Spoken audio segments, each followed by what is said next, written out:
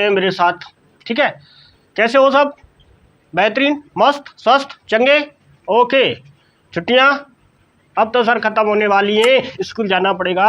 बहुत जल्दी छुट्टियां खत्म हो गई बेटा, बहुत जल्दियां नहीं, बहुत लेट हो गया मामला। कितने दिन से आप छुट्टियां मार रहे हो, और अच्छी बात यह है कि छुट्टियों के साथ साथ हमारे साथ जुड़े हुए हो और पढ़ाई कर रहे हो, तो इसी तरह बने रहिए हमारे साथ, पढ़ाई अपनी करते रहिए, ठीक है। तो चलो हम आ चुके हैं बेटा क्लास 9 चैप्टर 10 ग्रेविटेशन लेकर। तो आप लोग क्या करें, आप लोग फटाफट से अपने सभी फ्रेंड्स को, अपने सभी रिलेटिव्स को, जो भी बच्चे पढ़ना चाहते हैं, यहाँ देखना चाहते हैं, उन सबको फटाफट मैसेज कीजिए। सर लाइव आ चुके हैं, फिजिक्स की क्लास स्टार्ट हो चुकी है। कहाँ? माइंड बूस्टर पर। तो बच्चों स्वागत है आप सबका एक बार फिर हमारे इस एजुकेशनल चैनल माइंड बूस्टर पर।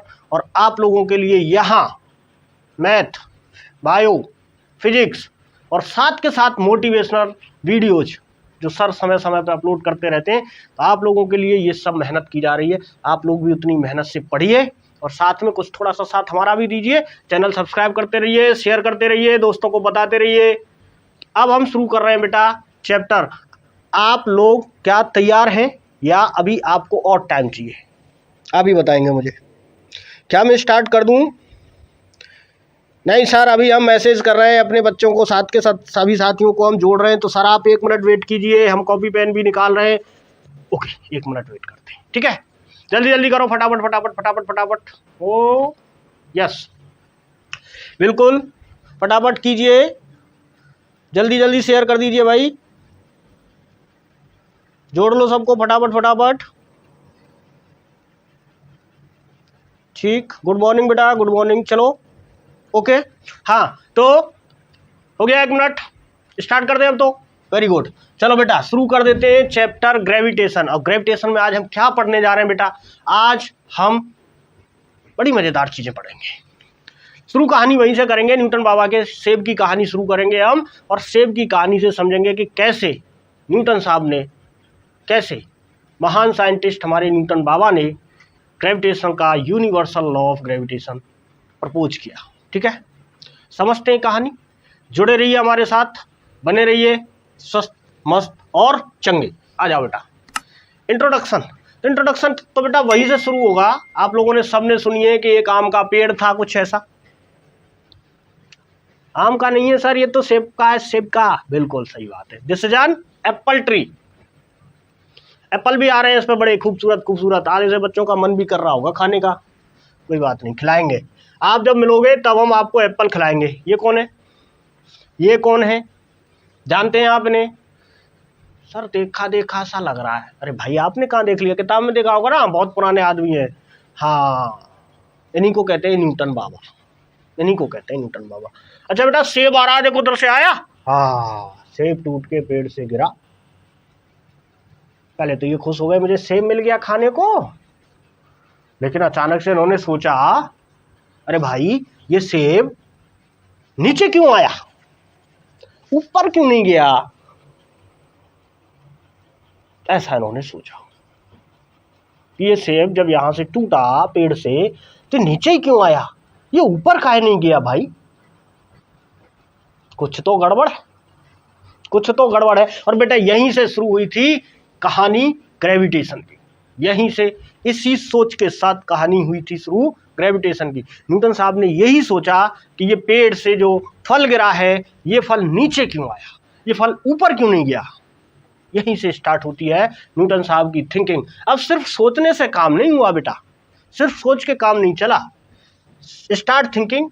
और यहाँ इसी थिंक से सब कुछ मिला ग्रेविटेशन के बारे में। ऐसा भी नहीं है बेटा, इससे पहले भी लोग ग्रेविटेशन पे, इसी फोर्स पे काम कर चुके थे, जिनमें नाम आता है केपलर साहब का, जिनमें नाम आता है आपके गैलीलियो साहब का, जिनमें नाम आता है अरिस्टोटल का भी, ठीक है। तो बेटा यहाँ से कहानी शुरू हुई और इनने क्या किया, इन्होंने सोचा कि चलो ये फोर्स, इन्होंने सोचा, केपलर के लॉज इन्होंने पढ़े, केपलर के लॉ की स्टडी की, बहुत सारी और लिटरेचर इन्होंने जो थी उसको रिव्यू किया, और रिव्यू करने के बाद वो एक निष्कर्ष पे पहुंचे कि भाई कुछ ना कुछ तो फोर्स है जिसने इसको नीचे की तरफ खींचा। फिर उन्होंने कहा कि केपलर साहब ने भी कहा है कि साहब प्लैनेट जो है वो सन के चारों ओर मोशन कर रहे हैं, है ना, अर्थ के चारों ओर मून मोशन कर रहा है। तो क्या ये सब जो मोशन हो रही हैं, क्या ये जो सब मोशन हो रही हैं, क्या इन मोशन का और इस फॉलिंग ऑफ एप्पल का कुछ कनेक्शन है? क्या कोई ऐसा फोर्स है जो इन दोनों प्रोसेस में सेम तरीके से इन्वॉल्व है? सोचेंगे, देखेंगे अभी क्या कहानी बनती है। फिलहाल उन्होंने यहां से अपनी सोच को शुरू कर दिया, ठीक है। Motion of moon about the earth, motion of planet around the sun, इन सब के एक्सप्लेनेशन, इन सब मोशंस के एक्सप्लेनेशन पॉसिबल हो पाए after the thinking of this great man, ठीक है। फिर उन्होंने क्या किया बेटा, केपलर के लॉ की स्टडी की, और केपलर के लॉ की स्टडी करने के बाद मैथमेटिकली इन्होंने ड्राइव करके दिया हमें न्यूटन्स लॉ ऑफ ग्रेविटेशन, जिसको हम कहते हैं यूनिवर्सल लॉ ऑफ ग्रेविटेशन, ठीक है। तो उस यूनिवर्सल लॉ ऑफ ग्रेविटेशन को इन्होंने कहां से ड्राइव किया? केपलर साहब के जो प्लानेटरी मोशन के लॉस थे उनका गहन अध्ययन किया, उनके बीच में और इस एप्पल के गिरने के बीच में क्या कनेक्शन हो सकता है, इस पे स्टडी किया, और इस पे स्टडी करने के बाद उन्होंने क्या किया, मैथमेटिकल और एक इजी फॉर्मेट में लाके हमें पूरा कहानी को समझा दिया। तो ये जो न्यूटन साहब का काम था वाकई में आश्चर्यजनक चीज़ थी उस टाइम पर, क्योंकि उस टाइम पर इतनी सब सुविधाएं नहीं थी, इतनी सब जानकारी नहीं थी, लोग सिर्फ अपनी सोच के साथ खेलते थे। जो उन्होंने सोचा और वही हो रहा है, ये थी कहानी। आजकल तो बहुत सारे इंस्ट्रूमेंट डेवलप हो चुके हैं, हम कुछ सोच ही नहीं पाते, उससे पहले उससे आगे की चीज़ें हमारे सामने आ जाती है, ठीक है। उस टाइम पे इतना सब कुछ नहीं था, तो लोग क्या करते थे, गहन चिंतन, ये सब पॉसिबल हो पाया गहन चिंतन के बाद। ये लोग चिंतन करते थे, घंटों घंटों एक ही चीज़ पर बैठ के सोच रहे हैं। आजकल तो टाइम ही नहीं है इतना किसी के पास। अरे सर कहाँ इतना टाइम है, सुबह उठता हूँ मैं सर 8 बजे, और सर मम्मी नाश्ता देती हैं 9 बजे, 1 घंटे तक तो सर मैं मार खाता रहता हूँ उठने के चक्कर में मम्मी से। तो यही रह गया, आपको टाइम ही नहीं सोचने का।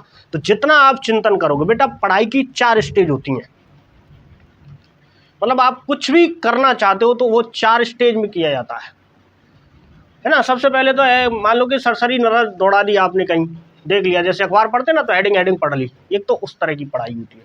दूसरा क्या है कि अंदर टॉपिक के अंदर घुस के पढ़ा आपने, दूसरा स्टेप, हेडिंग पढ़ी, कुछ इंटरेस्टिंग सा लगा, फिर आपने अंदर पढ़ा उसको। अंदर पढ़ने के बाद जो तीसरी जो स्टेट आती है बेटा, वो तीसरी स्टेट आती है मनन करने की। अब आपने उसको मन से पढ़ा कि नहीं पढ़ा, यही तो डिपेंड करेगा। आपको वो न्यूज याद रहेगी अगर आपने मन से पढ़ा होगा तो।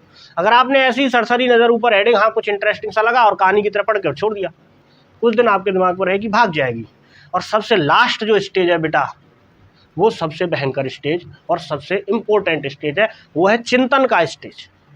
मनन किया, पठन किया, पाठन किया, मनन किया, और सबसे लास्ट में आके चिंतन किया। जब तक आप चिंतन नहीं करेंगे तब तक किसी भी सब्जेक्ट की या किसी भी मैटर की गहराई में नहीं जा सकते। It is very necessary. क्या नेसेसरी है? चिंतन करना। तो ये सब इन लोगों की चिंतन का रिजल्ट था। ये सब लोग चिंतन करते थे, बैठ के 4-4 घंटे 10-10 घंटे लगे हुए हैं, एक ही चीज़ पे सोच रहे हैं, विचार कर रहे हैं, एंड हमारे सामने आज इन सब के रिजल्ट हैं, ठीक है। तो यहाँ तक की कहानी और ये इंट्रोडक्शन आपकी बहुत अच्छे से समझ में आया होगा, ठीक है, हाँ या ना? बिल्कुल। अब हम बात करते हैं कि न्यूटन साहब ने जो लॉ ऑफ ग्रेविटेशन दिया था वो क्या था, केपलर के नियम क्या थे, इनकी भी स्टडी हम करेंगे लेकिन बाद में, ठीक है।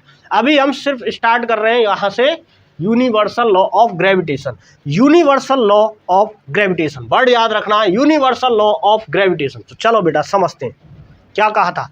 पहले हम लिख देते हैं इसकी भाषा, पहले हम इसकी भाषा लिख देते हैं, ठीक है बच्चों, पहले हम इसकी भाषा लिख देते हैं। तो अकॉर्डिंग टू दिस लॉ, ये किसने दिया था? ये न्यूटन साहब ने दिया था। अकॉर्डिंग टू न्यूटन, क्या कहा था इन्होंने? बेटा ये एप्पल तो अट्रैक्ट किया था अर्थ ने, पर उन्होंने कहा कि अर्थ ही नहीं, हर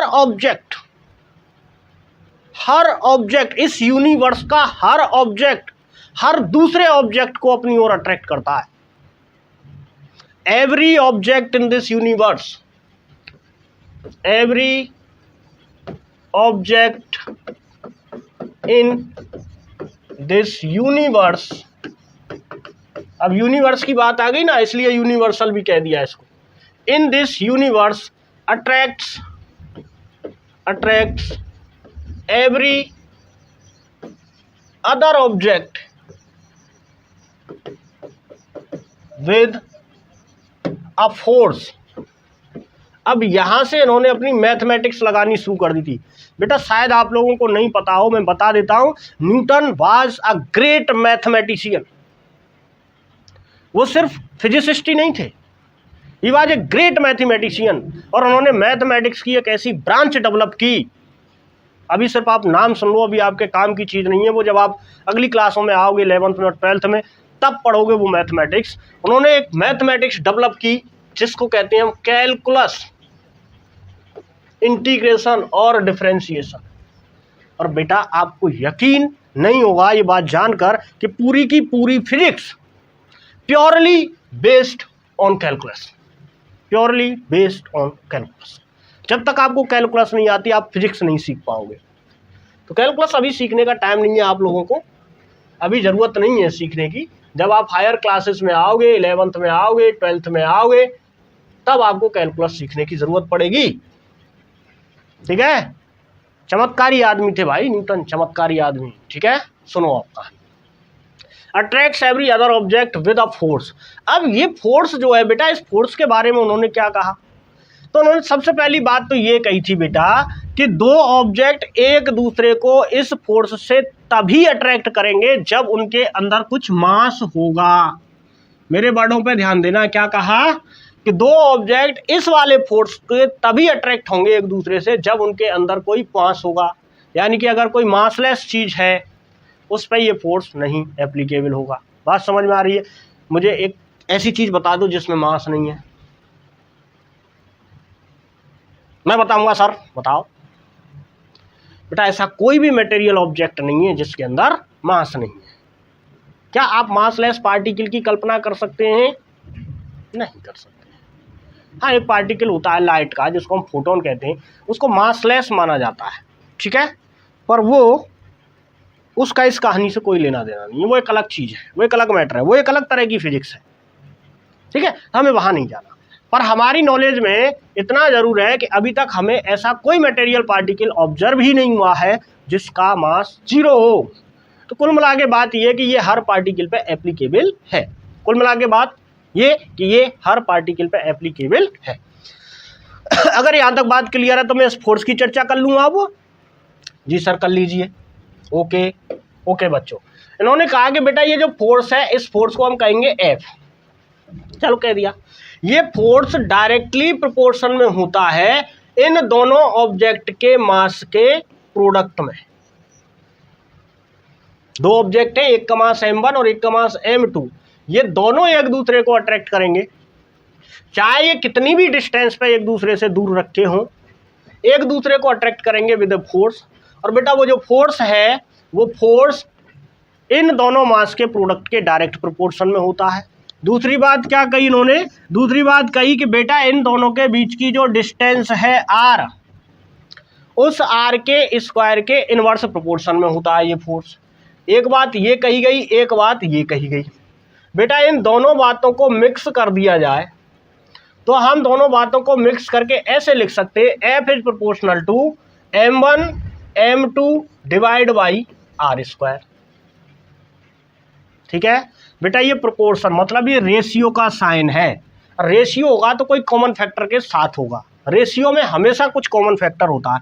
तो मान लिया वो कॉमन फैक्टर कांस्टेंट g है। इसको कॉमन फैक्टर का मतलब है कि इस साइन को हटा के हम इक्वल रख सकते हैं but with multiplication of that common factor. तो वो कॉमन फैक्टर मैंने अभी g मान लिया है, ठीक है, या ऐसा कह लो कि ये g एक कांस्टेंट है। तो इसको जब भी हटाएंगे प्रोपोर्शन के साइन को, जब भी हम क्या करेंगे इक्वल टू में रखेंगे प्रोपोर्शन को, तो साथ में एक कांस्टेंट का इस्तेमाल करेंगे। वो कांस्टेंट मैंने यहाँ g इस्तेमाल कर लिया, gm1 m2 divide by r square. ठीक है, gm1 m2 divide by r square. बेटा ये लॉ दिया था न्यूटन साहब ने, क्लियर हो गई बात? एक बार फिर समझा दूं, न्यूटन साहब ने ये कहा था कि दुनिया में कोई भी दो ऑब्जेक्ट एक दूसरे से कितनी भी दूर रखे हों, वो दोनों ऑब्जेक्ट एक दूसरे को अट्रैक्ट करते हैं एक फोर्स से, जिस फोर्स का नाम होता है फोर्स ऑफ ग्रेविटेशन, या आप कहो कि इस फोर्स का इन्होंने नाम दिया था ग्रेविटेशनल फोर्स। ग्रेविटेशनल फोर्स, इसी फोर्स को कहा गया बेटा ग्रेविटेशनल फोर्स। ये न्यूटन साहब ने इसका नाम रख दिया था ग्रेविटेशनल फोर्स। तो इस ग्रेविटेशनल फोर्स से ये दो ऑब्जेक्ट एक दूसरे को अट्रैक्ट करते हैं। इस फोर्स की खासियत यह है कि ये फोर्स दोनों ऑब्जेक्ट के मास के प्रोडक्ट के प्रोपोर्शन में होता है, उन दोनों के बीच की डिस्टेंस के स्क्वायर के इनवर्स प्रोपोर्शन में होता है।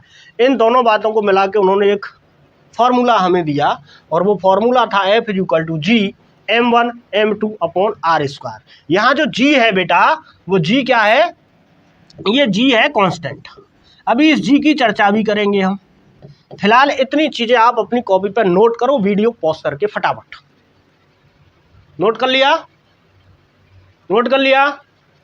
हटा दिया जाए? ओके, चलो यहाँ तक बात समझ में आ गई। यहाँ तक अगर बात समझ में आ गई तो अब हम आगे की चर्चा को बढ़ाते हैं। बेटा फोर्स का जो फॉर्मूला न्यूटन साहब ने दिया वो दे दिया F=G m1 m2 divide by r square. ये फॉर्मूला सबकी समझ में आ गया होगा जहां तक मैं समझता हूं। मुझे बहुत उम्मीद ही नहीं, बहुत विश्वास है कि हमारे बच्चे बहुत अच्छी तरह से पढ़ रहे हैं और चीज़ों को समझ रहे हैं। ठीक है, अब इस जी की बात करें। बेटा इस जी को कहा गया यूनिवर्सल ग्रेविटेशनल कांस्टेंट। इस जी को कहा गया यूनिवर्सल ग्रेविटेशनल कांस्टेंट। यूनिवर्सल क्यों कहा गया बेटा? यूनिवर्सल इसलिए कहा गया, सवाल यह है कि वाई यूनिवर्सल, वाई यूनिवर्सल, ये जी है, इसको यूनिवर्सल कांस्टेंट कहा गया। किसी और कांस्टेंट को यूनिवर्सल कांस्टेंट नहीं कहा गया, बल्कि इसको कहा गया। इसलिए कहा गया बिला क्योंकि G has same value at every place in every universe. Universe एक ही है, ये मैं जानता हूं, पर यूनिवर्स में बहुत सारी गैलेक्सी हैं। जैसे हमारी गैलेक्सी का नाम है मिल्की वे। मिल्की वे जैसी बहुत सारी गैलेक्सीज हैं। किसी भी गैलेक्सी पे आज चले जाइए, यूनिवर्स के किसी भी कोने में आप चले जाइए, जी की वैल्यू चेंज नहीं होगी। दुनियादारी कुछ भी चेंज हो जाए, जी की वैल्यू चेंज नहीं होगी। और बेटा ये जी की वैल्यू होती कितनी है? जी की वैल्यू नोट करोगे कॉपी पे 6.67 इंटू 10⁻⁻11। ठीक है, नीचे यूनिट लिख रहा हूं मैं इसकी, न्यूटन मीटर स्क्वायर पर किलोग्राम स्क्वायर। ये एसआई यूनिट लिखी हुई है बेटा, है ना? ये वैल्यू आप कॉपी पे नोट करोगे, ये बात भी नोट करोगे। क्यों ये यूनिवर्सल है? Because it has same value at every place of the universe. Clear बात? मिटा दी जाए जी की बात। अब बेटा कोई मुझसे ये पूछ लेता है इसी सवाल में कि भाई जी का फॉर्मूला डिराइव कीजिए, क्या होगा? जी का फॉर्मूला डिराइव कीजिए, पहले क्या होगा? तो बेटा फोर्स का फॉर्मूला था F=G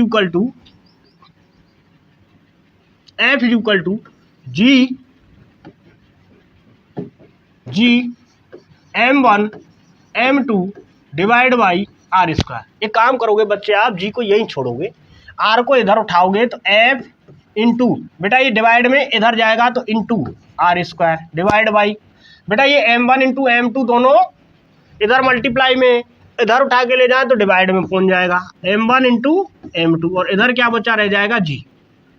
तो यहां से बेटा जी का फॉर्मूला आ गया हमारे पास, G F r square divide by m1 into m2। Clear है बात? बेटा जी की कोई यूनिट पूछे आपसे कि आप जी की यूनिट बताइए क्या होगी, तो जी की यूनिट अगर बतानी है तो कैसे बताएंगे हम? बेटा एफ की यूनिट न्यूटन, आर की unit metre square, upon m1 की यूनिट k2 kg, m2 की यूनिट इसकी भी kg, kg into kg kg square. ये हो गई SI unit of g, SI unit of g। Value सबकी समझ में आ गई। क्या वैल्यू थी, क्या वैल्यू थी? वैल्यू थी 6.67 इंटू 10⁻⁻11 न्यूटन मीटर स्क्वायर पर kg स्क्वायर। यहां तक बात क्लियर हो गई है? न्यूटन्स लॉ ऑफ ग्रेविटेशन या यूनिवर्सल लॉ ऑफ ग्रेविटेशन समझ में आ गया है? यस और नो? Yes sir. ठीक है, अब बेटा इस फोर्स की तरह कुछ बात कर लेते हैं, थोड़ा सा पोस्टमार्टम कर लेते हैं इस फोर्स का। तो बेटा फोर्स से एक बात समझ में आई थी हमें, इस फोर्स से एक बात हम लोगों ने अभी नोट की है कि ये फोर्स ना इन दोनों ऑब्जेक्ट के बीच का जो डिस्टेंस है उस डिस्टेंस के इनवर्सली प्रोपोर्शन में है। ये बात किस किस बच्चे ने नोट की? दूसरी बात ये नोट की थी कि ये m1 और m2 के प्रोपोर्शन में है। ठीक है, अगर बेटा मास आप बढ़ाओगे किसी ऑब्जेक्ट का तो जाहिर सी बात है कि फोर्स भी इंक्रीज करेगा। अगर मास इंक्रीज करोगे आप तो फोर्स इंक्रीज करेगा, पहली बात। दूसरी बात क्या है बेटा कि ये फोर्स आर स्क्वायर के इनवर्स के प्रोपोर्शन में है। अगर आप दो ऑब्जेक्ट के बीच की डिस्टेंस को बढ़ा दोगे, अगर आप आर को इंक्रीज करोगे तो फोर्स की वैल्यू डिक्रीज हो जाएगी। और कैसे डिक्रीज होगी? बहुत तेजी से डिक्रीज होगी बेटा, क्योंकि ये स्क्वायर पे डिपेंड कर रहा है, आर के पे। मेरा कहने का मतलब ये है कि अगर आर को आपने 2 टाइम्स इंक्रीज कर दिया, मतलब आर को आपने 2r कर दिया, तो जो फोर्स है बेटा वो हो जाएगा F/4। अगर आर को आपने 2 टाइम्स इंक्रीज किया तो फोर्स 4 टाइम्स डिक्रीज हो जाएगा, स्क्वायर में चलेगा। अगर आपने आर को 3r कर दिया तो बेटा फोर्स की जो वैल्यू है वो फोर्स बाई 9 हो जाएगी, फोर्स 9 गुना डिक्रीज हो जाएगा। क्लियर है बात? इतनी समझ में आ रही है? इतनी बात समझ में आ रही है? दूसरी बात क्या है बेटा? दूसरी बात यह है कि ये फोर्स जीरो कब होगा? ये फोर्स जीरो कब होगा? सोच के बताओ मुझे, ये फोर्स जीरो कब होगा? सोच के बताओ बेटा। 2 कंडीशन है, या तो m1 जीरो हो, या तो m2 जीरो हो, या दोनों ही जीरो हो।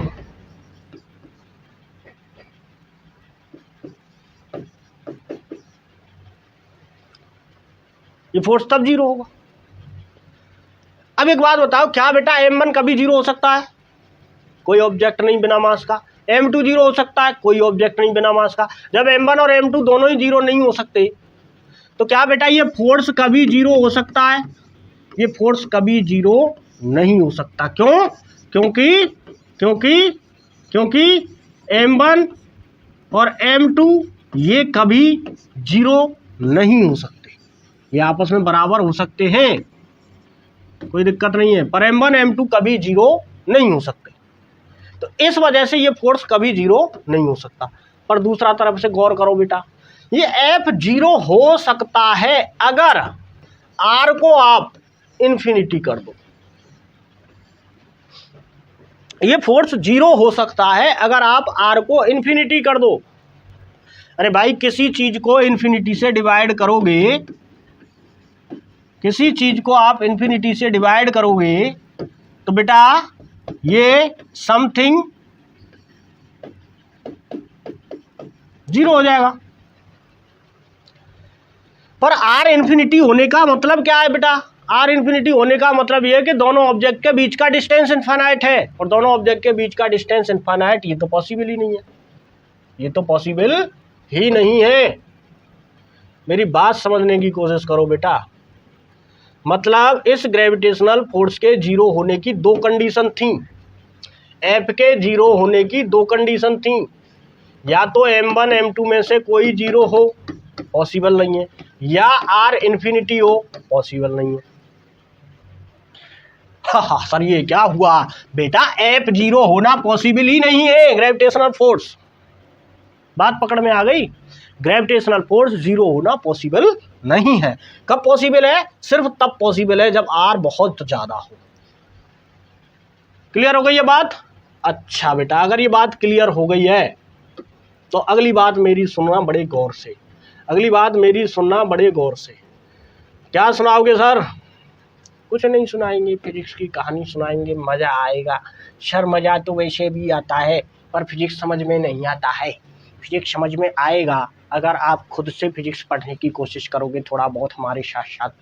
चलिए बच्चों, तो क्या बात अरे कहाँ चल रहे थे यार, हम भूल जाते हैं बातों के चक्कर में, हम भूल जाते हैं। चलो नहीं भूलेंगे बेटा। हम ये बात बताने जा रहे थे आपको, ये जो ग्रेविटेशनल फोर्स है, ये ग्रेविटेशनल फोर्स जीरो तो कभी होगा नहीं। दोनों पॉसिबिलिटी ख़त्म हो चुकी हमारी। ना तो M1 M2 जीरो होगा, ना R इन्फिनिटी होगा। तो फिर क्या होगा सर? फिर सर बात ये है कि हमें दिखता क्यों नहीं है। Why we cannot observe this force between any two object except in case of अर्थ। अब बात ये है बेटा कि अर्थ के केस में तो हमें दिख रहा है, अर्थ के केस में तो हमें दिख रहा है। जैसे मेरे पास ये पेन है, मैं इसको ड्रॉप करूँ नीचे जाएगा, ठीक है। तो अर्थ के केस में तो ये मुझे दिखा कि अट्रैक्ट किया अर्थ ने। बट जनरली ये दो पेन है, अब बेटा ये दोनों पेन पास पास में रख दूँ तो ये एक दूसरे को अट्रैक्ट नहीं करते हैं, दिखते नहीं है। हमें अट्रैक्ट तो कर रहे हैं बट दिखते नहीं है। कारण क्या है? कारण है बेटा this force is weakest force in nature. पहला रीजन तो ये नोट करोगे आप कि ये सबसे वीक फोर्स होता है ग्रेविटेशन का फोर्स। नाम बड़ा दर्शन छोटे, है ना? नहीं, ऐसा नहीं है बेटा, बहुत इंपॉर्टेंट फोर्स है। पर वीक क्यों है? तो इसकी स्ट्रेंथ कम है। क्यों कम है? क्योंकि बेटा अभी आपने देखा जी की value 6.67 into 10⁻⁻11। This value is very small.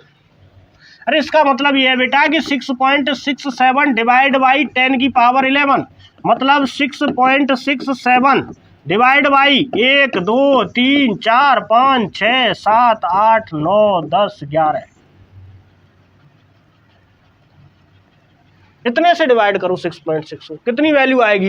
अरे सर वैल्यू ही कहाँ बची, आप तो मजाक करते हो। मजाक मैं नहीं कर रहा हूँ, मजाक तो ज़िंदगी कर रही है हमारे साथ, मजाक कर रही है ज़िंदगी हमारे साथ। सर छुट्टियों में आए थे फिर भी आप पढ़ा रहे हो, छुट्टियाँ भी नहीं काटने दो। अरे बेटा छुट्टियाँ काटो लेकिन पढ़ाई मत छोड़ो। अच्छा सुनो बेटा, आगे की कहानी समझ लो। तो ये फोर्स क्यों हमें बेटा डेली ऑब्जेक्ट पे ऑब्जर्व नहीं होता है? Because of the value of capital G. बहुत छोटी वैल्यू है, इसलिए फोर्स की वैल्यू बहुत कम आएगी, जो कि ऑब्जर्वेबल वैल्यू नहीं है। क्लियर है बात? ठीक है।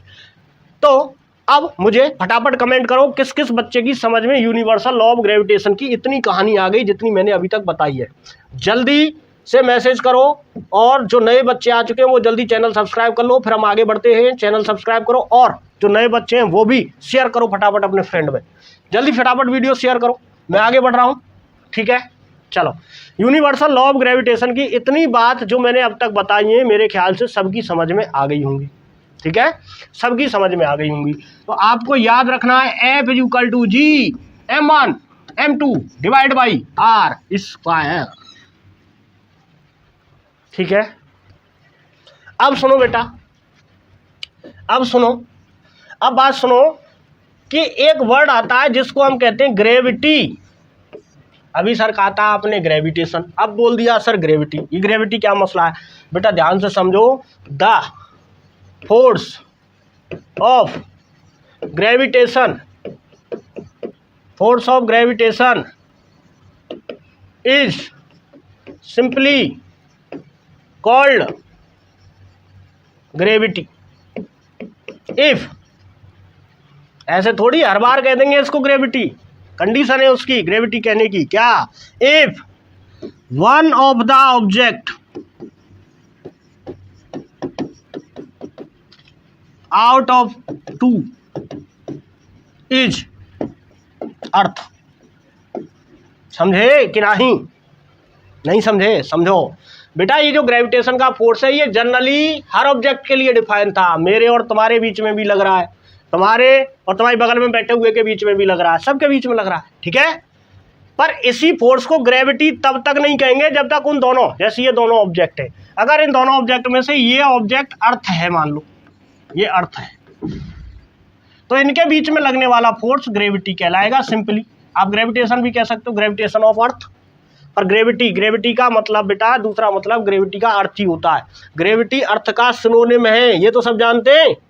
अरे भैया, धरती माता को ही ग्रेविटी कहते हैं, तो अगर एक ऑब्जेक्ट धरती माता है, दूसरा कोई और ऑब्जेक्ट है, तो हम कह देंगे कि जो फोर्स है ग्रेविटेशन का, उसको सिंपली ग्रेविटी कहते हैं। यहाँ तक बात क्लियर है? ग्रेविटी समझ में आई? कब बोलेंगे ग्रेविटी? एक होशियार सा बच्चा आंसर देगा फटाफट कमेंट करके। यहाँ तो सर सभी होशियार बैठे हैं, हर साग पे उल्लू बैठा है। चलो भाई देखो, अब आगे की कहानी समझनी है कि नहीं समझनी है? सर ऐसे ही समझ लो कि फ्री फंड में, तो क्या सर पैसे देने पड़ेंगे? अरे पैसे नहीं देने, क्या करना है सर? चैनल सब्सक्राइब करना है, आगे शेयर करना है, तभी तो मैं आगे बढ़ूंगा, तभी तो बढ़ूंगा मैं आगे। पढ़ो क्या लिखा है ऊपर, जल्दी पढ़ के बताओ। सर लिखा है what makes moon revolve around the earth. Sir अभी तो ग्रेविटेशन की बात चल रही थी, अब ये मून कहाँ से टपक गया? बेटा सारी कहानी ग्रेविटेशन में से ही निकलेगी, टेंशन ना लो। What makes moon to revolve around earth, ऐसा क्या है जो अर्थ के अराउंड मून को रिवॉल्व करता है? सवाल ये, क्या बेटा ये ग्रेविटेशन के चैप्टर में टॉपिक आया है, तो क्या ग्रेविटेशन का कोई रोल है? Is gravitation plays some role? Answer पता नहीं, लिखा ही नहीं है उसमें। मजाक कर रहे हैं, हमारे साथ भी आपके साथ भी है, मजाक कर रहे हैं। आंसर की जगह क्या लिख दिया है? आंसर की जगह लिखा है लेट्स फील। चलो फील करते हैं कि क्या मून को अर्थ के अराउंड रिवॉल्व करने में ग्रेविटी का कोई रोल है। और इसको बेटा फील करने के लिए हमें कुछ लाना पड़ेगा, यार इसको फील करने के लिए कुछ लाना पड़ेगा। क्या आया जरा देखो बोर्ड पे, बोर्ड पे जरा देखो गौर से, क्या आया? Let's see. सर एक लड़की सी दिख रही है, हाथ में एक पत्थर बंधा हुआ है रस्सी से, उसको घुमा रही है। ये तो मैं रोज करता हूं, पर इससे मून का क्या लेना देना? बेटा मून का ही लेना देना है इससे, और मून पे ही लेके चलेंगे आज। आप सब रेडी हो जाओ, आप सब रेडी हो जाओ, रॉकेट तैयार है, मून पे चलना है। बेटा देखो ये लड़की क्या कर रही है, ये किसने यहाँ पत्थर बांधा हुआ है इस रस्सी में, और ये इसको ऐसे करके गोल गोल घुमा रही है। ऐसे सबने घुमाई है ना, सर्कल में घूमती है रस्सी। अच्छा बेटा घुमाते घुमाते एक्सपेरिमेंट किया, उसको छोड़ दो। तो जब बेटा उसको यहाँ लाके छोड़ा तो क्या वो ऐसे घूमेगी? ये टॉप व्यू है, ये तो फ्रंट व्यू है, साइड से देख रहे हैं। ये टॉप है, उसके ऊपर चढ़ के खोपड़ी पे से ऐसे देख रहे हैं, ऐसे घूम रहा है। या पत्थर वहाँ चढ़ गए हम ऊपर, वहाँ से देख रहे हो ऐसे ऐसे। ये टॉप व्यू समझ में आ रहा है? ऐसे ऐसे घूम रहा है, ऐसे ऐसे देख रहा हूँ ऊपर से, ऐसे ऐसे टॉप व्यू। अब बेटा जब टॉप व्यू देखा और इसने यहाँ लाके इसको छोड़ा, देखो गौर से, यहाँ से देख, ये आँख है मेरी, उंगली नहीं है, ध्यान से समझो। और ये घूम रहा है पत्थर, ऐसे देख रहा हूँ ऐसे, ये घूम रहा है पत्थर, और यहाँ पे लाके इसने इसको छोड़ दिया। तो बेटा ये पत्थर ऐसे भाग जाता है, ऐसे गोल नहीं घूमता है। अगर ये घूम रहा हो ऐसे तो ऐसे भाग जाएगा, और ये घूम रहा हो ऐसे तो ऐसे भाग जाएगा। मतलब ये स्ट्रेट लाइन में भाग गया ना। मतलब इस पत्थर को वेलोसिटी तो इसने ऐसे दे रखी थी, और ये घूम गोल गोल रहा था, पर ये तब तक गोल गोल घूम रहा था बेटा जब तक ये रस्सी पकड़ी हुई थी। और तुमने बेटा ये अनुभव किया होगा कि जब रस्सी पकड़ी हुई होती है तो रस्सी हमारी उंगलियों को बाहर की ओर खींच रही होती है, मतलब यहाँ कुछ फोर्स लग रही होती है। एक्चुअल में वो फोर्स जो है रस्सी में टेंशन प्रोड्यूस हो चुकी होती है।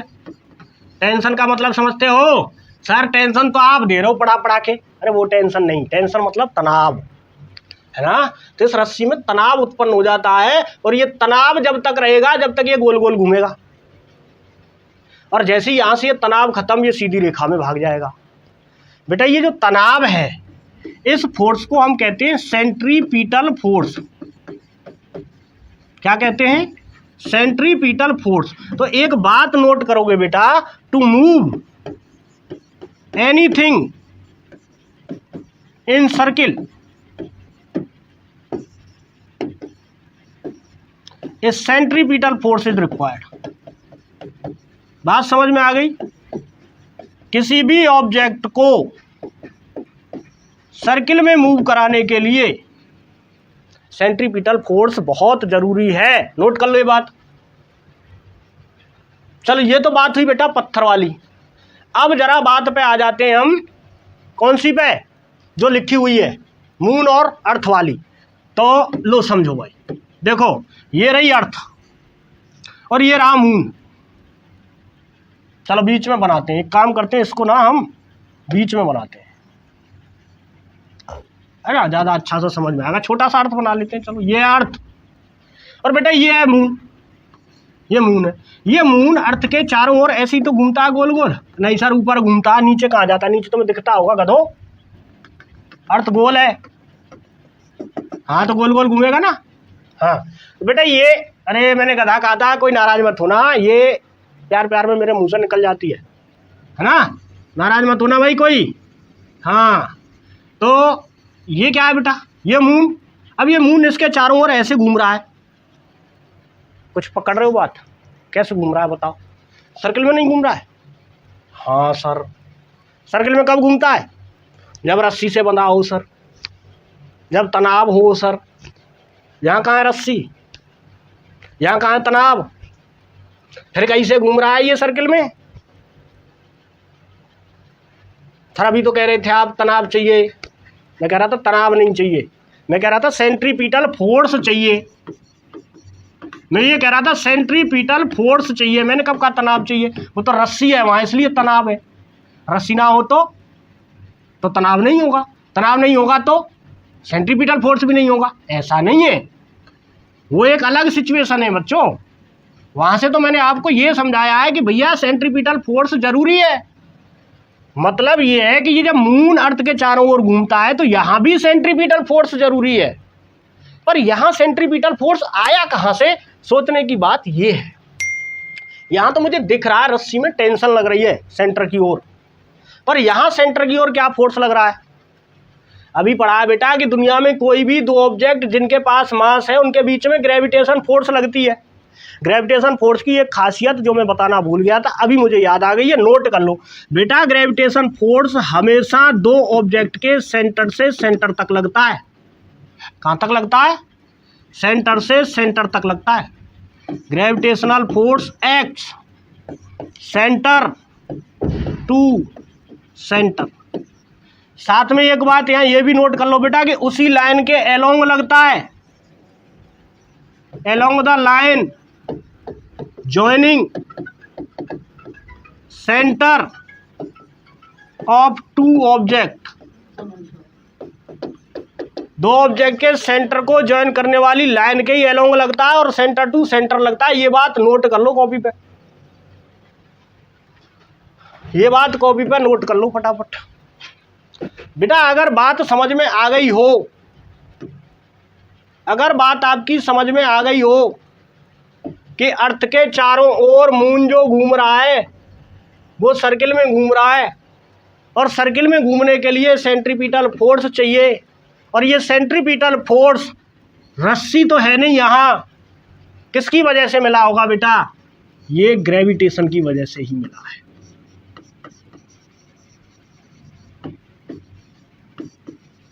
Gravitational force between earth and moon. अब ये गोल गोल जो घूम रहा है बेटा मून अर्थ के चारों ओर, इसकी कहानी समझ में आ गई क्यों घूम रहा है? क्योंकि बेटा अर्थ ना इसको अपनी ओर खींचना चाह रही है, लेकिन क्या है कि इसको इतनी वेलोसिटी इस डायरेक्शन में मिल चुकी है कि ये इस वाले फोर्स और इस वाले फोर्स के इफेक्ट से इसके चारों ओर घूम गया है। क्लियर हो गई बात? तो बेटा एक बात समझ में ये आ गई कि अर्थ की मून की जो मोशन हो रही है अर्थ के अराउंड, उसमें कहीं ना कहीं रोल पूरा का पूरा ग्रेविटी का ही है, रोल पूरा का पूरा ग्रेविटी का ही है। क्लियर हो गई बात? अब तो नहीं कोई डाउट? अगर अब भी कोई डाउट है तो कमेंट बॉक्स में आप मुझे भेज सकते हो, कमेंट सेक्शन खुला हुआ है। अगर कोई भी डाउट है, I am glad to answer your doubts in comment section. ठीक है, चलो बेटा आप नेक्स्ट आ जाओ जल्दी फटाफट। Importance of the universal law of gravitation. अब इस यूनिवर्सल लॉ ऑफ ग्रेविटेशन की इंपॉर्टेंस क्या है? एक इंपॉर्टेंस तो अभी समझ में आ गई हमारी कि बेटा जितने भी प्लैनेट अर्थ के चारों ओर मूव कर रहे हैं उन सब में रोल प्ले कर रहा है ग्रेविटेशनल फोर्स। अगर ग्रेविटेशनल फोर्स ना हो, मून हमारी अर्थ के चारों ओर नहीं घूमेगा। अगर ग्रेविटेशनल फोर्स ना हो, सन के चारों ओर हमारे प्लैनेट नहीं घूमेंगे। वहां भी सन और प्लैनेट के बीच में ग्रेविटेशनल फोर्स लगा है, या वो भी रस्सी से बंधे हुए हैं, तनाव से घूम रहे हैं गोल गोल। वहाँ कोई रस्सी नहीं है, वहाँ क्या है बेटा? वहाँ पे है ग्रेविटेशनल फोर्स। ठीक है, ठीक है, क्लियर है बात? तो बेटा मोशन ऑफ प्लैनेट से इसमें ग्रेविटेशन का पूरा पूरा रोल अभी समझ में आया। Motion of artificial satellite around the earth explain the, ठीक है, यहाँ भी ग्रेविटेशन का रोल है। बेटा ये रेनफॉल कैसे हो रही है, स्नोफॉल कैसे हो रही है, flow of water in reverse on the earth, इस सब में ग्रेविटी पार्ट प्ले करती है। और ये सारी चीज़ें आप धीरे धीरे समझोगे जब अगली क्लासों में आओगे कि कैसे रेनफॉल में ग्रेविटी का यूज हो रहा है, कैसे स्नोफॉल भी ग्रेविटी की वजह से हो रहा है, कैसे वाटर जो फ्लो कर रहा है रिवर में वो भी ग्रेविटी की वजह से, ग्रेविटेशनल फोर्स, अर्थ के ग्रेविटेशनल फोर्स की वजह से फ्लो कर रहा है। क्लियर है कहानी यहाँ तक? अब आते हैं बेटा, अब समझते हैं फ्री फॉल। क्या समझते हैं? Free fall. बेटा हमने नीचे एक अर्थ बना रखी है, हमारी अर्थ पे आप कोई कमेंट नहीं करेंगे, बेहतरीन अर्थ बनाई है हमने। अर्थ मतलब धरती माता। धरती माता इनकी समझ में फिजिक्स नहीं आता, आएगा, समझोगे तो आएगा। अच्छा बताओ आ रहा है कि नहीं आ रहा है? कमेंट करके बताओ फटाफट, फिजिक्स समझ में आ रहा है कि नहीं आ रहा है? अगर समझ में आ रहा है तो जल्दी शेयर करो, सब्सक्राइब करो भाई, जल्दी करो, जल्दी फटाफट, आगे पढ़ना है ना हमें, बहुत है अभी, बहुत है। ठीक है, चलो, मज़ा आ रहा है? यस सर, आज तो बहुत मज़ा आ रहा है। बेटा फ्री फॉल क्या होता है? फ्री का मतलब स्वतंत्र, स्वतंत्र। बेटा फ्री फॉल होता है जैसे आप छुट्टियों में पढ़ाई नहीं करोगे तो आपका ग्रेड फॉल कर जाएगा फ्रीली। इसी को कहते हैं फ्री फॉल। अरे नहीं बेटा, इसको नहीं कहते हैं, ये तो मैं आपको चेतावनी दे रहा हूँ। बेटा छुट्टियों को बर्बाद मत करो, पढ़ाई करो। और आप लोगों के लिए मैं इतनी मेहनत कर रहे हैं हम लोग, फिर भी आप पता नहीं क्या करते हो, देखते ही ना हो वीडियो, पढ़ते ही नहीं हो, बेकार है, फ्री फॉल हो जाएगा। चलो भाई फ्री फॉल समझते हैं क्या है? फ्री फॉल का मतलब है, फॉल मतलब गिरना और फ्री मतलब स्वतंत्र। जब कोई ऑब्जेक्ट यहाँ से स्वतंत्र रूप से इस अर्थ की ओर गिर जाए, मतलब कोई एक्सटर्नल फोर्स ना लगाना पड़े हमें। देखो दो तरीके हैं किसी ऑब्जेक्ट को छत से नीचे लाने के, हम पकड़ के जीने पे उतर के ले आए नीचे उसको, या हम करें वहीं से टपका दें उसको। किसी बच्चे पे मत अप्लाई करना भाई, खतरनाक चीज़ है। या वहीं से किसी ऑब्जेक्ट को हम टपका दें ऊपर से। जब बेटा उसको हमने टपका दिया तो हमने कोई इस पर फोर्स नहीं लगाई, वो अपने आप नीचे गिर रहा है। इसी फिनोमेना को हम कहते हैं फ्री फॉल। तो जब भी कोई ऑब्जेक्ट फ्री फॉल करता है, मतलब अगर किसी ऑब्जेक्ट को हम किसी हाइट पे फ्री छोड़ दें तो अर्थ क्या है, उसको ग्रेविटेशनल फोर्स की वजह से अपनी ओर ऐसे अट्रैक्ट कर लेती है। समझ में आ रही बात? ऐसे जैसे अभी ये ऑब्जेक्ट अट्रैक्ट हुआ, ठीक, इसको कहते हैं हम फ्री फॉल। अब बेटा फ्री फॉल में होता क्या है? फ्री फॉल में होता है एक्सीलरेशन ड्यू टू ग्रेविटी। इसको समझते हैं बेटा। जब कोई ऑब्जेक्ट अर्थ की ओर, जब कोई ऑब्जेक्ट, ये ऑब्जेक्ट है और ये अर्थ है और ये ऑब्जेक्ट है, जब ये फ्री फॉल कर रहा होता है तो बेटा यहाँ इसकी स्पीड क्या होती है? 0 होती है, रेस्ट पे से गिरता है ये। लेकिन धीरे धीरे धीरे धीरे इसकी स्पीड बढ़ती चली जाती है और जब यहाँ टकराता है तो मैक्सिमम स्पीड के साथ टकराता है, मैक्सिमम वेलोसिटी के साथ टकराता है। तो बेटा यहाँ से यहाँ तक आते वक्त आप ये जरूर गौर कर रहे होंगे कि इसकी स्पीड बढ़ रही है। और स्पीड कब बढ़ती है बच्चों? स्पीड कब बढ़ती है बच्चों? स्पीड तब बढ़ती है जब एक्सीलरेशन मौजूद हो।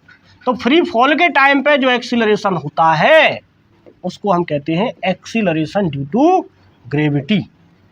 उसी को हम कहते हैं एक्सीलरेशन ड्यू टू ग्रेविटी। क्या बात समझ में आई? जब कोई ऑब्जेक्ट फ्री फॉल कर रहा होता है उसकी वेलोसिटी लगातार इंक्रीज करती है।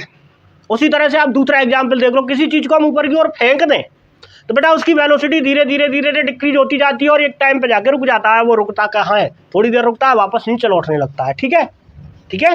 तो वेलोसिटी हाईएस्ट पॉइंट पर जाके 0 हुई होगी तभी तो अपोजिट डायरेक्शन में वेलोसिटी मिली उसको। तो एक एक्सीलरेशन वहां मौजूद है, उसी एक्सीलरेशन को हम कहते हैं एक्सीलरेशन ड्यू टू ग्रेविटी। ठीक है, एक्सीलरेशन ड्यू टू ग्रेविटी। चलो बच्चों, एक्सीलरेशन ड्यू टू ग्रेविटी समझते हैं कहानी। बेटा ये अर्थ है, ये अर्थ है और इस पर एक ऑब्जेक्ट रखा हुआ है। ठीक है,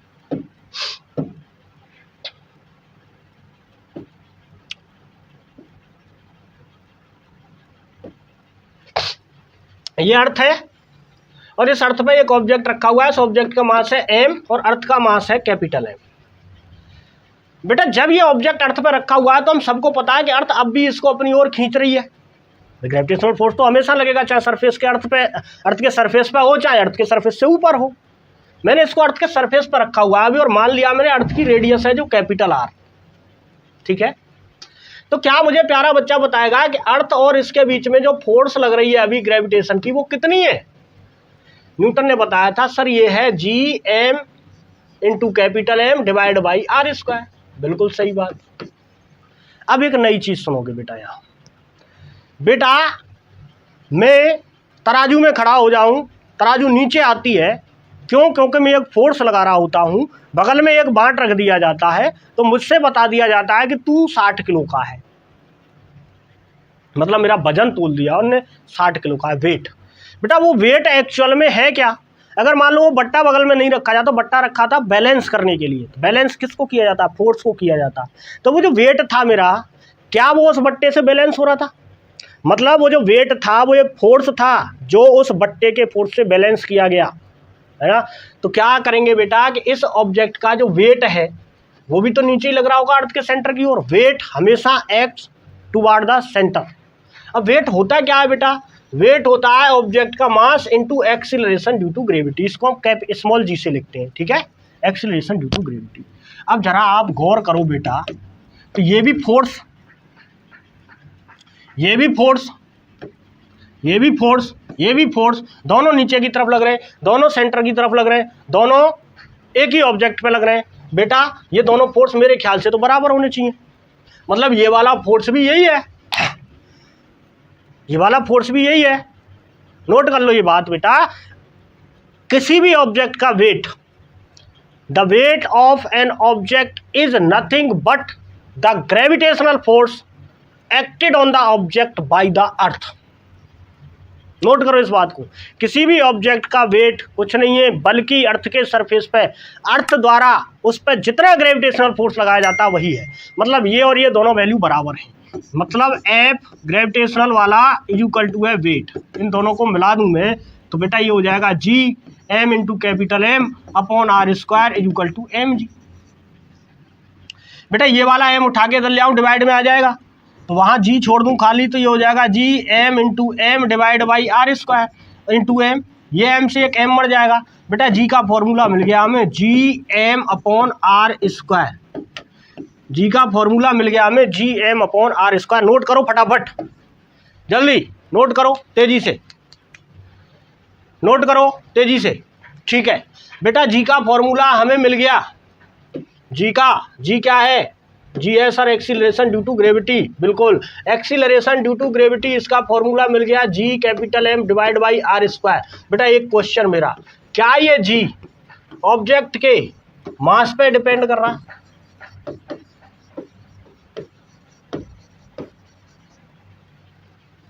क्या ये जी ऑब्जेक्ट के मास पे डिपेंड कर रहा है? सोच के आंसर दो फटाफट। क्या ये जी ऑब्जेक्ट के मास पे डिपेंड कर रहा है? नहीं कर रहा है बेटा। फॉर्मूले में कई ऑब्जेक्ट का मास नहीं है, ये अर्थ का मास है, ये कांस्टेंट है और ये अर्थ की रेडियस है। मतलब सिर्फ अर्थ के मास और अर्थ की रेडियस पे डिपेंड करता है। ठीक है, इस जी की वैल्यू निकाल के लाओगे, अभी बताऊंगा वो बात में। ठीक है, इस जी की वैल्यू निकाल के लाओगे, मैं बेटा वैल्यू दे रहा हूं तुम्हें। कैपिटल जी की वैल्यू रखोगे 6.67 इंटू 10⁻⁻11 न्यूटन मीटर स्क्वायर पर KG square. Mass of earth रखोगे बेटा 10⁻24 किलोग्राम, 6 इंटू 10⁻24 किलोग्राम रख लेना। रेडियस ऑफ अर्थ रखोगे बेटा 6.4 इंटू 10⁻6 मीटर। ठीक है, 6.4 इंटू 10⁻⁶ मीटर ये रेडियस रखोगे, ये सारी वैल्यू रखोगे और जी की वैल्यू कैलकुलेट करोगे तो बेटा ये वैल्यू आएगी अप्रोक्सीमेटली 9.8 मीटर पर सेकेंड स्क्वायर। नोट कर लो फटाफट, 9.8 मीटर पर सेकेंड स्क्वायर। क्लियर है बात? अभी मैंने बात कही थी बेटा कि ये जी डिपेंड नहीं कर रहा है किस पे, ऑब्जेक्ट के मास पे। इसका मतलब ये बेटा कि अगर एक भारी ऑब्जेक्ट को और एक हल्के ऑब्जेक्ट को आप एक साथ, मान लो ये कितना बड़ा ऑब्जेक्ट और ये कितना बड़ा ऑब्जेक्ट, दोनों को सेम हाइट से रिलीज कर दें अर्थ पे, तो इसको यहाँ तक पहुँचने में और इसको यहाँ तक पहुँचने में सेम टाइम लगेगा। सेम टाइम में दोनों अर्थ पर पहुँच जाएंगे। ठीक है, ये बता रहा है ये फॉर्मूला G/r²। बेटा इस फॉर्मूले का दूसरा नाम भी दे दिया जाता है पेपर में कभी कभी, स्मॉल जी और कैपिटल जी में क्या रिलेशन है, तो यही फॉर्मूला ड्राइव करना है। ठीक है, इस बात को क्या आप फील कर सकते हो? नहीं कर सकते? अभी मैं दिखा भी नहीं सकता कैमरे पे बेटा, है ना। क्लास में आओगे तब मैं इसको फील कराऊंगा लाइव। तो बेटा यहाँ पर एक बात जरूर नोट करनी है हमें, ऐसा लगता नहीं है जैसे मान लो एक कागज का टुकड़ा और एक पेन को हम एक साथ छोड़ दें एक हाइट से, तो पेन पहले पहुंच जाता है, कागज का टुकड़ा हवा में उड़ता रहता है। कारण क्या है बेटा? क्योंकि एयर का फ्रिक्शन यहाँ मौजूद है। अगर उस एयर के फ्रिक्शन को नेग्लेक्ट कर दें, यहाँ ये बात प्रोवाइडेड है, ये बात प्रोवाइडेड है, एयर फ्रिक्शन इज नेग्लेक्टेड। अगर एयर के फ्रिक्शन को नेग्लेक्ट कर दें तो वाकई यही कहानी होगी, चाहे एक बहुत छोटा सा टुकड़ा और चाहे एक बहुत भारी टुकड़ा, दोनों को साथ साथ एक ही हाइट से छोड़ दोगे तो एक ही टाइम पे अर्थ पर पहुंच जाएंगे। क्लियर है बात? ठीक है, ये बात याद रहेगी, ये बात याद रहेगी। मोशन अंडर फ्री फॉल, बेटा मोशन अंडर फ्री फॉल कुछ नहीं है, बस एक्सीलरेशन जो ए था उसको हमें जी लेना है। जो न्यूटन की 3 इक्वेशन हमने पढ़ी थी, उन 3 इक्वेशन में ए जो था उस ए को हमें जी मानना है। अब बेटा ये जी दो तरह से हम इस्तेमाल कर सकते हैं, जी दो तरह से इस्तेमाल कर सकते हैं। देखो बेटा दो तरह की मोशन होगी, या तो होगी डाउनवर्ड मोशन, या तो होगी डाउनवर्ड मोशन। जब बेटा डाउनवर्ड मोशन हो रही होगी,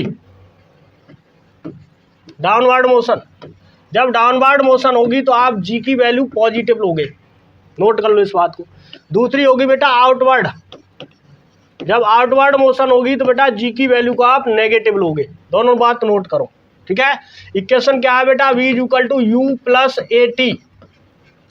बेटा ये equation motion under free fall के लिए बनेगी, V = U ± GT। अगर डाउनवर्ड मोशन है तो प्लस GT, अपवर्ड मोशन है तो माइनस GT। क्लियर है बात? ठीक है, दूसरी इक्वेशन होती है बेटा S = UT + ½ AT²। ये इक्वेशन में दोबारा रिवाइज नहीं करा रहा हूँ, इक्वेशन सबको पता होनी चाहिए। वहाँ से आप वीडियो देखिए, मेरी नहीं पता है तो मोशन पार्ट 3 उसमें डेरिवेशन कराए इन इक्वेशन के बकायदा। तो बेटा यहाँ जब S है तो S जो है वो हो जाएगी H। अब हाइट में बात चलेगी बेटा, डिस्टेंस जो होगी वो हाइट होगी, तो ये हो जाएगी H = UT ± 1/2 GT²। कहानी वही है, डाउनवर्ड तो प्लस GT, अपवर्ड तो माइनस GT। ठीक है, तीसरी इक्वेशन है V² = U² + 2AS। बेटा फ्री फॉल के लिए इक्वेशन लिख जाएगी V² = U² ± 2GH। ठीक है, सवाल करने के लिए इंपॉर्टेंट बात याद रखोगे, इसे नोट कर लो इक्वेशंस को। सवाल करने के लिए इंपॉर्टेंट बात याद रखोगे। क्या इंपॉर्टेंट बात है बेटा? इंपॉर्टेंट बात एक तो यही याद रखनी कि डाउनवर्ड मोशन में प्लस जी लेना है और अपवर्ड मोशन में माइनस जी लेना है। दूसरी बात ये रखनी है बेटा ध्यान कि ऑब्जेक्ट अगर रेस्ट से इज रिलीज्ड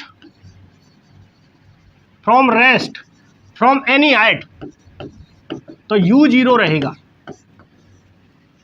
कोई ऑब्जेक्ट रेस्ट से अगर किसी हाइट से रिलीज किया गया है तो U 0 रहेगा। ठीक है, अब चलो एक सवाल करते हैं फटाफट इस पे। क्या सवाल है? पढ़ो फटाफट, सवाल पढ़ो भाई जल्दी से, सवाल जल्दी पढ़ो। सवाल ये है बेटा, an object thrown vertically upward and rises to a height of 10 metre. एक ऑब्जेक्ट को वर्टिकली अपवर्ड डायरेक्शन में एक ऑब्जेक्ट को वर्टिकली अपवर्ड डायरेक्शन में भेजा गया rises to a height of 10 metre, कितनी ऊंचाई तक पहुंचता है ये 10 मीटर तक, यानी कि ये मैक्सिमम हाइट है। दूसरी बात याद ये रखनी है बेटा कि जब भी ऑब्जेक्ट एच मैक्सिमम पर पहुंच जाएगा तो उसकी फाइनल वेलोसिटी 0 हो जाएगी नीचे से ऊपर जाते टाइम। ठीक है, नीचे से ऊपर जाते टाइम फाइनल वेलोसिटी 0 होगी एट एच मैक्सिमम। ठीक है, calculate the velocity with which object was thrown upward. यहाँ से बेटा तुम्हें ये पूछा है कि ये जब ऊपर पहुंचा तो कितनी वेलोसिटी से छोड़ा गया था, यू पूछा है। तो बेटा एच दिया है, v 0 हो जाएगा, u पूछा है, थर्ड इक्वेशन यूज करोगे v स्क्वायर बराबर u स्क्वायर प्लस 2gh। अब ऑब्जेक्ट की मोशन अपवार्ड है कि डाउनवर्ड है भाई, अपवार्ड है बेटा, अपवार्ड है तो माइनस आ जाएगा। बेटा u निकालना है, v तो 0 हो गया, u स्क्वायर माइनस 2gh कितना 10। ठीक है, यह सवाल में दिया नहीं है बेटा, g की वैल्यू को 10 लेना है, g की वैल्यू को 10 लेना है। तो बेटा इसको इधर ले आए तो 2 इंटू 10 जी की वैल्यू रख दी इंटू 10 एच है इक्वल टू यू स्क्वायर। ये हो गया 10 और 10 100, 100 दूनी 200, ये 200 इक्वल टू हो गया यू स्क्वायर। बेटा यू की वैल्यू यहाँ से कितनी आ जाएगी, इधर से स्क्वायर हटाएंगे तो कितनी आ जाएगी, अंडर रूट 200। अंडर रूट 200 की वैल्यू कैलकुलेट कर लेना। पहला पार्ट हो गया इसका। ठीक है, पहला पार्ट हो गया। सेकंड पे आ जाओ फटाफट, नोट कर लो, वीडियो पॉज करके मैं मिटा रहा हूँ। The time taken by the object to reach the highest point. अब बेटा पूछ रहा है कि उस हाईएस्ट पॉइंट तक कितना टाइम उसको लगेगा। तो अब तो निकाल सकते हो, आसान है, यू मिल गया हमें, वी पता है, ए पता है, कोई भी फॉर्मूला इस्तेमाल कर सकते हो। V equal to U plus A T इस्तेमाल कर सकते हो सेकंड वाला करने के लिए। ठीक है, वी तो 0 हो गया, यू आया था अंडर रूट 200 प्लस ए कितना लेना है 10 इंटू टी।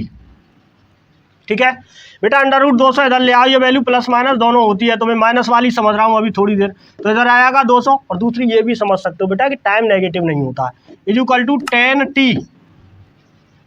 बेटा रूट 200 को आप सॉल्व करोगे तो ऐसे कर सकते हो, देखो रूट 200 बराबर लिख सकते हैं हम रूट 2 इंटू 100, और 100 में से 10 बाहर आ जाएगा 10 रूट 2।